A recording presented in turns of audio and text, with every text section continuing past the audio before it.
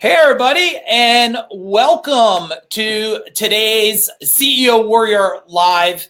And we're going to let some of you get logged in here. Wow, I see a whole bunch of you are on really quick, man. You couldn't wait to hang out with us today. What's up, Brian Vardaman? Nice to see you. Before we get started, let me tell you a little bit about Tim Grover, who's on with us today. I'm really excited. Tim, thank you for being on here.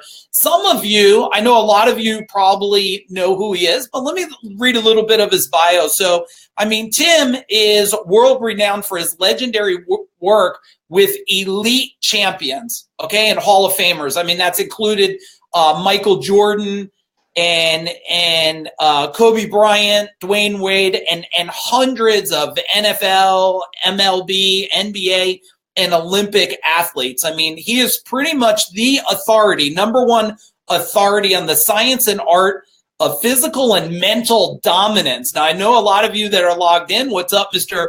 Bill Pulte and Jerry Street? I know a lot of you want to hear about Tim talking about excellence, right? We're going to talk about that. Plus, if you haven't read the book, which I'm going to tell you, I love it. I love the theme of it. His bestseller book, Relentless, Going from Good to Great to Unstoppable. You must buy it today, either on audio or print, and go through it. So without any further delay, Mr. Tim Grover, how are you today? I'm doing well, Mike, and yourself? Doing awesome. I'm so excited to have you here today and share with a lot of these people just a lot about excellence. So if it's okay with you, and first off, you have a brand new book that's coming out, right? No, we don't have enough. We're working on a book right now. We haven't quite formatted a title, and we're still trying to figure that out. What we do have is we have an extension to the book called The Relentless System, which is a video platform that you can purchase, and we'll talk about that later. It's a recap of the book, and then it kind of takes it to the next step.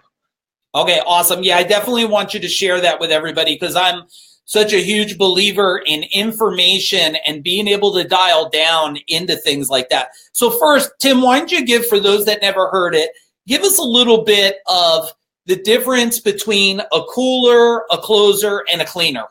So what we do is we divide individuals up into three categories when it comes to whether it relates to competition, work, and how they think. We call it coolers, we call them closers, and we call them cleaners.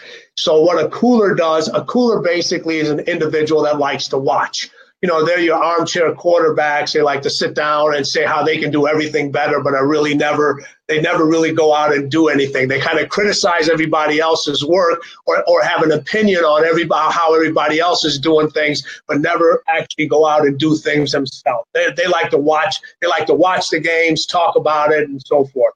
Then what we have known as your closers, they participate. They participate in whatever they're doing. They excel most of the time at their work or their charitable events, raising their kids, whatever occupation that they do. They really participate in those things.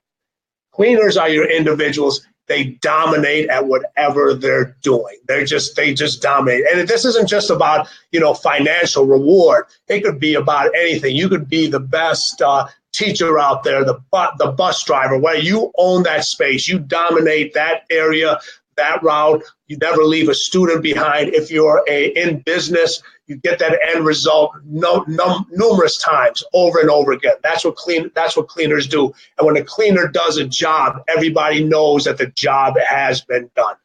Yeah, and I love that. So here's my question, and I consider myself, and a lot of my followers here know that I consider myself a cleaner. My company did over $200 million the last 10 years. I just sold it 8 months ago. But here's the deal. Congratulations. Thank you, Tim. A lot of people act like they're cleaners, but let's be real. They're just not. So what is keeping people either in their head thinking there's something, but they're just really not? And how can they finally step into it? Well, it's exactly what you said. They act. There's a difference between acting and action. Okay, that's the difference, real big difference between people that think they're cleaners and people that are actually cleaners is the action that's put behind it. People talk about, hey, I have passion. Follow your passion. Follow your inner drive. I don't believe in following your passion or following your inner drive. Excel at your passion. act on it, commit to it, do something. There has to be an action behind it. It's easy to think about passion. It's easy to think about inner drive. It's easy to say that you have it, but what comes after that, the work, the action that's necessary, that's a difference between somebody who thinks they're a cleaner and somebody who's actually a cleaner. And here's one thing I do want to correct you, Mike. Even though you said you're a cleaner, you always want more. There's always more that you can do. So it's funny that cleaners don't really consider themselves cleaners. When you ask them, they'll hesitate, and just like you did, there's a little doubt in my mind. Am I cleaner? Because you're like, as much as I've done, I could do more. I'm never satisfied. I could have done things better.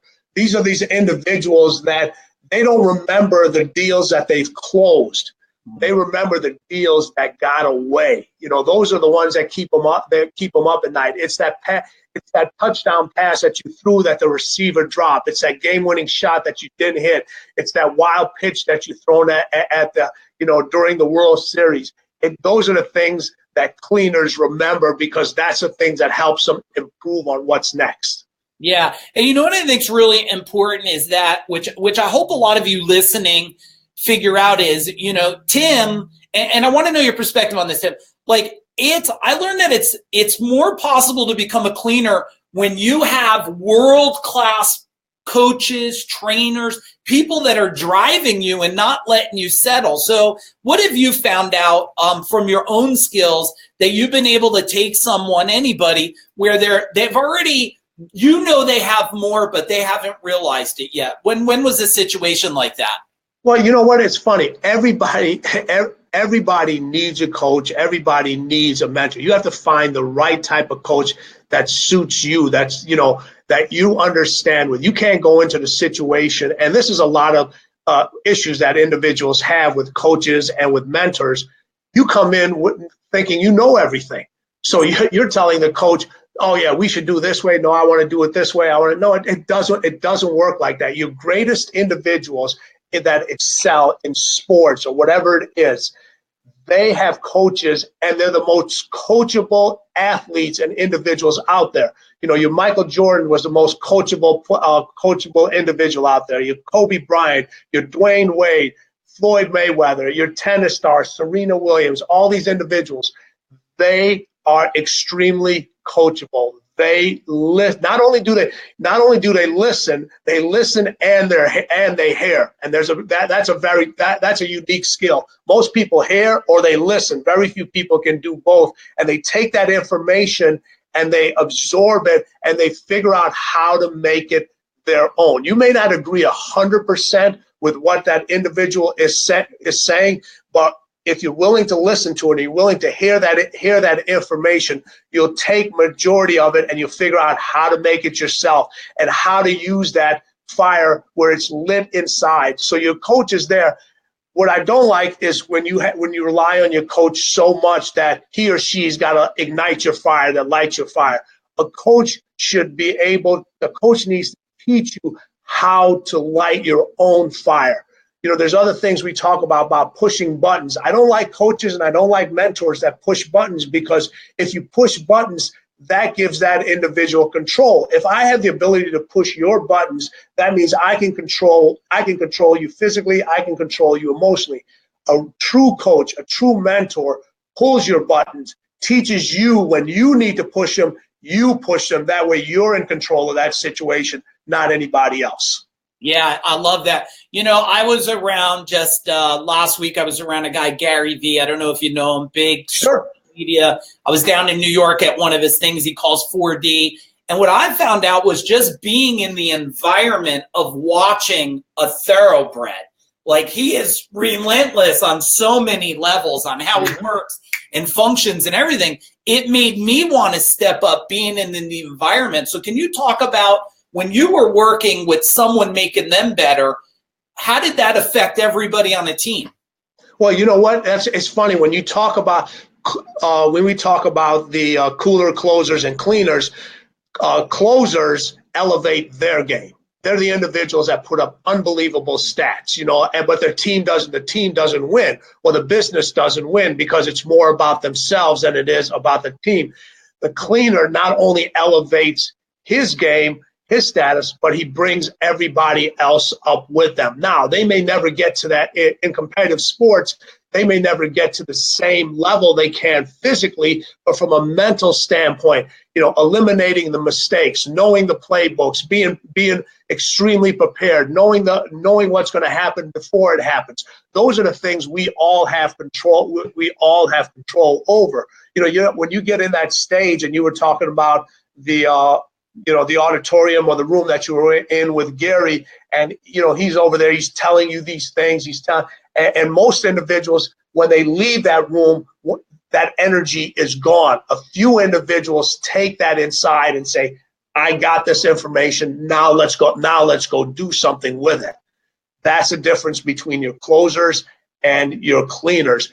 You have to take that information and you have to excel at it. You have to do something with it. You can't be afraid. You can't be afraid to use it. You can't be afraid to make mistakes. People talk about that all the time.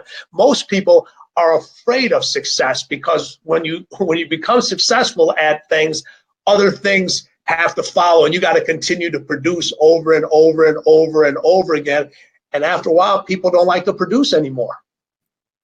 Yeah, talk to me about that. Have you recognized that? And I always call it getting fat. Like, I've watched a lot of business owners, they finally make it past $1 million. Then they get 5-6 million, they drive a different car, they're in a different house, and all of a sudden you look at them and they get fat. And one of the things my business partner Rob said, he goes, the reason why we went from under $1 million to 30 million in less than 10 years, he says, and I believe it, we never forgot what it was like. The same drive as day one. So talk to me from a business owner's perspective, like, why do people become complacent?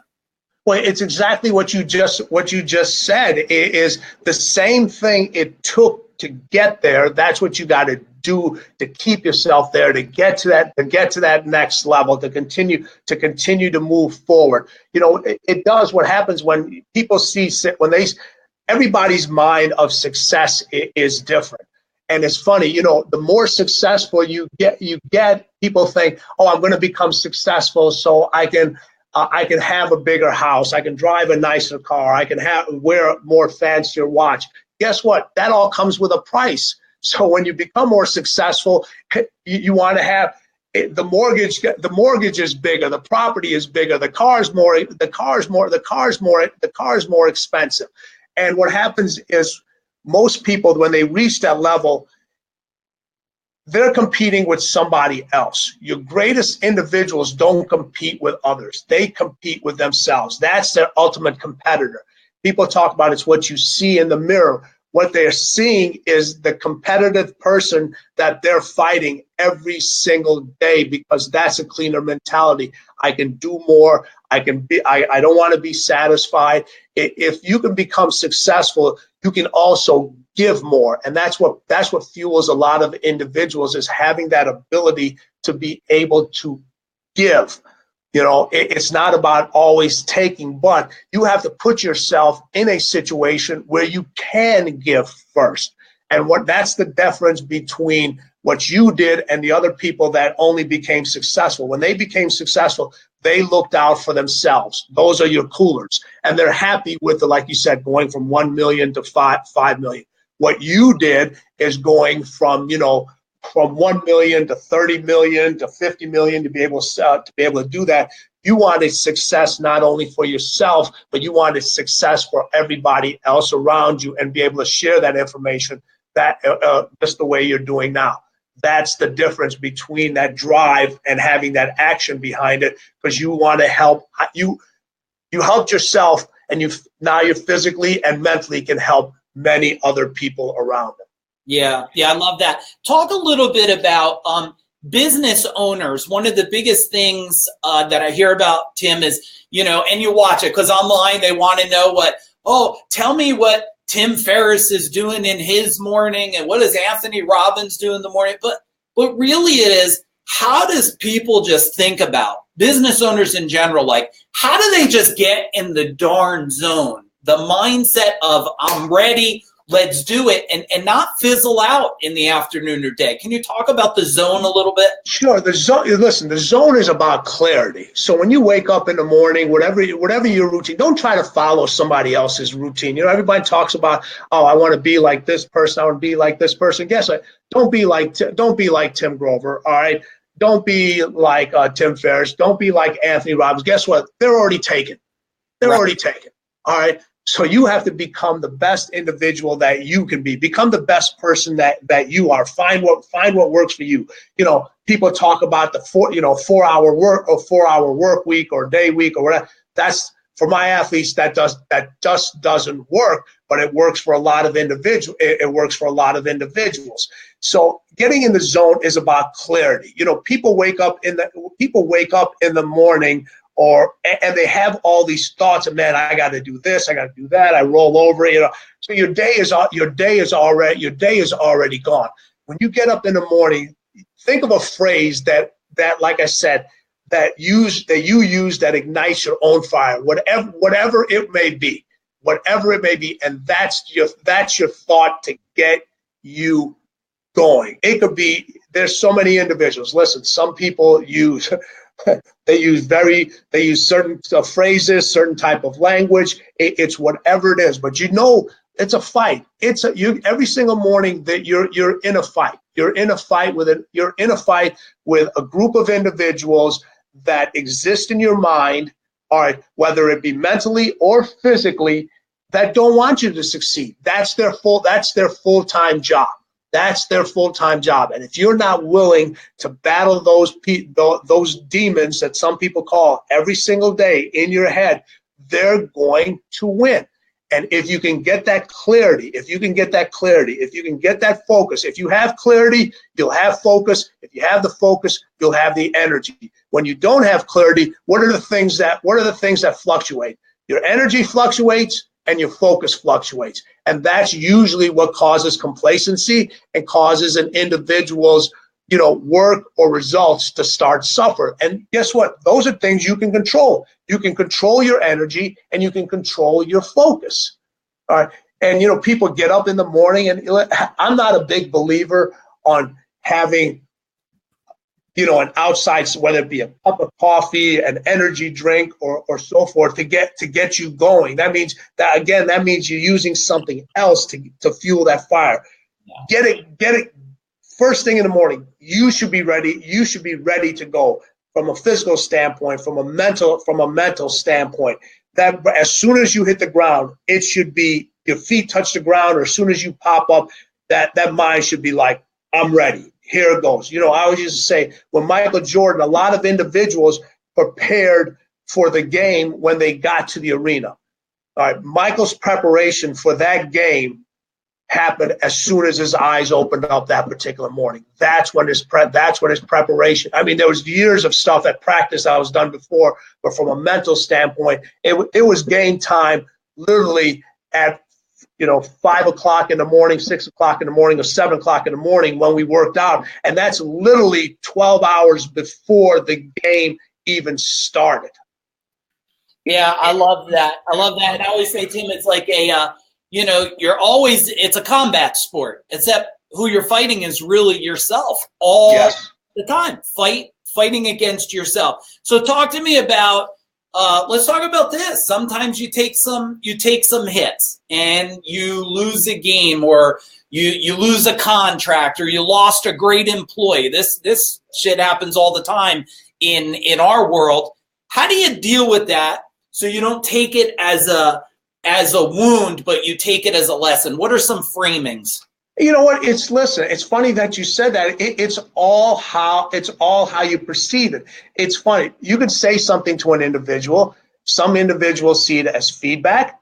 Others see it as criticism.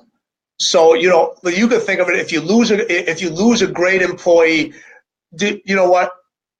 Did you nurture that employee? Did you lose them because you didn't do what you were supposed to do, or did you put that person in a situation where they excelled so much that they can go on their own and they're going to start their own business, or they want to venture out? They want to venture out and try to do this on their own. Don't take that as a loss. Take that as a gain. but also look at knowing that, hey, I have to find somebody else that can replace that individual. And you can't wait to find that person after you've already lost that, after you've lost that other individual. It's like, don't solve the problem when the problem arises. Know already what the answer is. Do your homework before you actually need it. So do the work before you actually need it. You're going to get knocked down. You're going to get hit. Everybody's going to get there's not a single individual that hasn't had to deal with life. Hey, listen, life gets in the way, but only if you let it. All right, it's going to happen. It's going to happen. Things are going to happen. You're going to get hit. You're going to have to deal with adversity.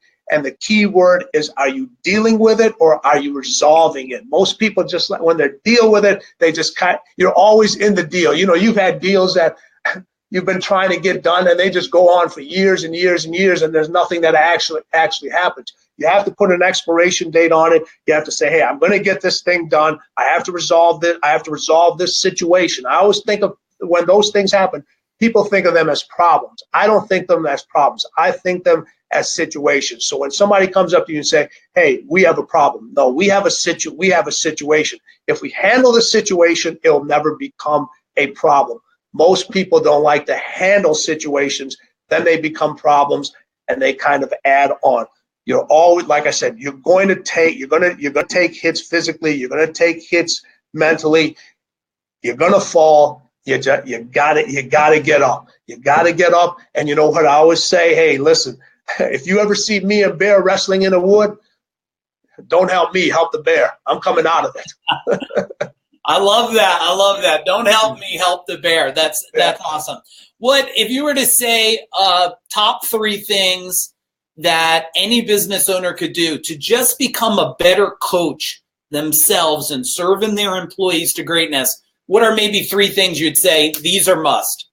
Listen, you have to have your non-negotiables. Certain things have to be non-negotiable. All right, you have to have everybody who's accountable. And if you look at your most successful professional teams, the ones that compete every single year, no matter it's in baseball, whether it's in football, soccer, whatever your sport is, whether you're the star player or you're the equipment manager, they treat everybody the same. They hold everybody to the same standards. They hold everybody accountable. What happens is funny. You'll see, and this happens a lot with leaders, bosses, and coaches, is when a person is doing really well, all right, you let them slide a little bit with things. Now that they're making their numbers, it's all right. They're supposed to only be gone for lunch for an hour. They're gone for a lunch and a half. It doesn't matter. Look at the numbers they're producing, and you kind of go over here and you're constantly hounding the individual that isn't producing those numbers. Listen, your greatest coaches, your greatest mentors, your leaders, if you don't tolerate it in losing, don't tolerate it in winning. Keep everybody accountable and held to the same standards. And the other thing that's extremely important is you cannot communicate with all individuals the same way. There's individuals that you can really that rely on positive feedback. They need to know, hey, listen, you can't get into them and say, hey, you did this wrong. You need to tell them, hey, let's look at this situation. Let's figure out a different way to get where you want to get to. Then you have other individuals. They don't want that approach. They want you to get in their face, tell them what they did wrong, and they'll go, okay, I got it. I'm going to fix it. And it's your job as that leader and coach to know who to talk to in which way, because if you get that part confused, you're going to end up your employee or that individual that you're working with is going to lose a lot of respect for you. So get your communication in, set your examples, accountability, and know what your non-negotiables are. Know what those non-negotiables are, and that's exactly what it is, non-negotiable. Yeah. Have you found out, one of the things I say, Tim, and I'm more confirming for myself, is I say a lot of people, business owners, when I say people, they act like it's bad to hold people accountable. I believe people like to be held accountable because they want to follow a framework. Do you believe people like to be held accountable? Yes, people do want to be held accountable. People they like accountability. They like accountability. The majority of the people they enjoy the structure. They want to know what they're working with. Without accountability, there is no results, and the only way to continue to grow yourself as an individual, as a business owner, it's about accountability. It's about being able to account for the mistakes that you did, account for the things that you did good, account for the things that you did great, and figure out how to continue to move forward. And the only way to do that is to first, you have to hold yourself accountable. The people that don't like to be held accountable are the individuals that won't. First, they don't hold themselves accountable. That's the first thing. Hold yourself accountable. And when you hold yourself accountable, you have no problem having somebody else holding you accountable to that. Because you know why? Your level of accountability is going to be actually higher than anybody else's. So no matter what level they throw at you, you're already holding yourself to a much higher accountability standard than they ever will. Yeah. Tim, and we're going to finish this up with a couple of quick questions here. Do you, some of the people wanted to know, like, how do you know if someone's a cleaner or not? Do you just recognize it? Is there a question, or could there be sleeper cleaners? No, listen, there are sleeper cleaners. There are individuals. But see, this is what you have to be careful of. Just because a person isn't a cleaner in one thing doesn't mean they're not a cleaner in something else. You may have an individual that comes to work every single day. They show up at 9 o'clock. They leave at 5 o'clock. They do exactly what you tell them to do. You tell them that, hey, answer the phones, or I need you to make 50 phone calls. They're going to make 50 phone calls. They're not going to make 51. They're not going to make 49. They're going to do exactly what you do. And the results are going to be good. All right. Now, that same individual can go home and be a cleaner in raising their kids, their charitable endeavors, their relationship, their personal hobby, whatever it may be. So just because an individual isn't a cleaner at the business or the work thing does not make them that they're not a cleaner. So it's your job to find out. It's funny, you get individuals and you see so much potential in a person. You look at somebody, you'll see so much potential in this individual, and you constantly always pushing them. And then you'll actually see that their work starts to decline because you're like, man, if I can just get this person to do a little bit more, do this, do that. And you're like, you really want it because there's something you see in there. And that person is like, you know what? I'm very happy. I'm content. I'm satisfied with where I'm at. And you have to accept that. Now, they may be bringing something to your business that nobody else is. And you're just like, okay, am I willing to accept where this person's at? I know what I'm going to get from them. A lot of teams, they love players. They don't like to deal with the superstars. They don't like to deal with the loyal. They like to deal with consistency. They know what they can get from that individual. They know if you put them in a certain situation, they're going to excel. Then you have those other, you have those cleaner individuals, your cleaner individuals. We actually have a questionnaire that when we talked about the relentless system, you can get it, and it'll tell you what to look for if a person's a closer, if a person's a cooler, closer, or cleaner. Cleaners are individuals that, they're the ones that you just see it. They don't just talk. There's an action behind it. You get everybody individual that tell you what they're going to do, how great they are, how much money they want to make, what they're willing to sacrifice until they actually have to do it. Those individuals not only talk about it, but you see it backed up in their actions early. Those aren't the individuals that you have to tell, come to the office early. You need to stay late. It's not by accident that your greatest athletes in sports are the ones that show up early, stay late, know all the plays, not only their position, but every other position, not only on their team, but all the plays of the other their team and other teams. So it just doesn't happen by mistake. But again, it's what are you really willing to sacrifice to get to where you really want to be, and are you willing to do it? You people talk about, yeah, I'm willing to sacrifice this, this, and this. That's one list. Now, let's see you do that list. Yeah, I love that. I used to always say I'd rather pull back a thoroughbred than have to kick a damn mule, Yes. And I had 200 employees, and I'm going to tell you what, they always had a problem dealing with the cleaners, and you just summed it up for me, and everybody better listen to this. If you're not a thoroughbred yourself, of course you're going to have a hard time controlling, managing, and helping thoroughbreds become greater. Tim, do me a favor, tell everybody how to find more about you. Where should they go about what you got going on? Well, our website is timgrover.com. All right, and our Instagram and Twitter is @Attack Athletics. That's the physical training business, but we also talk about the physical and mental side of that. And any information that you need, please follow us. We give out really good tips on a daily basis. If you're more interested on the Relentless system or the book itself, Relentless, you can go to timgrover.com and get all the information that you want down there. I don't do hard sells. We bring a lot of value in what we bring. We always say, listen, our lessons aren't for everybody, but they should be.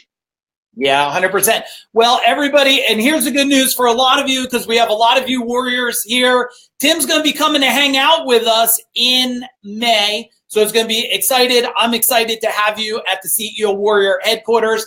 Tim, honored. Thank you very much for serving everybody with this information. If there's anything we could do for you, please reach out to me. Otherwise, have an amazing day. Everybody, if you need more information, go to CEOwarrior.com and definitely go to timgrover.com. Find out more about him. Have a great everybody. Boom. Thank you, everybody. Take care.